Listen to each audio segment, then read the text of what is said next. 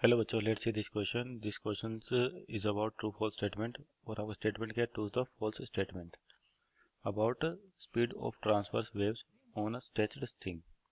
पहला दे रखा है it depends on linear mass density. Second है ऑन द टेंशन. और थर्ड है आपका फ्रीक्वेंसी. तो आपको बताना कि इसमें से कौन सा फॉल्स स्टेटमेंट है. तो यहाँ पे देखिए, आप सबसे पहले तो की कॉन्सेप्ट लिखें. आपका जो की कॉन्सेप्ट होगा वो होगा speed of transverse waves. Transverse wave.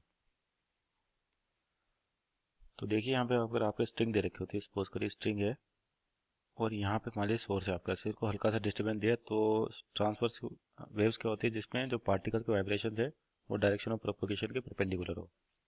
तो जैसे स्ट्रिंग में यहाँ पे डिस्टर्बेंस दिया तो डिस्टर्बेंस क्या होता है, आगे की ओर जनरेट होता हुआ इस तरीके से ट्रेवल करता है.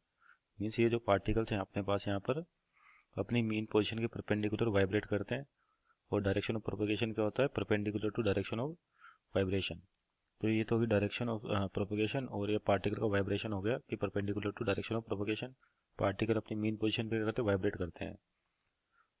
तो अब यहाँ पे पूछा कि स्पीड के बारे में. तो जो वेव की स्पीड होती है आपके पास ये होती है v is equal to under root T by mu. T by mu, जहाँ पे टी तो होती टेंशन. Tension in string. और जो आपका म्यू दे रखा है, म्यू होता है आपके पास linear mass density. Linear mass density. और इसका मतलब क्या होता है? मास पर यूनिट लेंथ.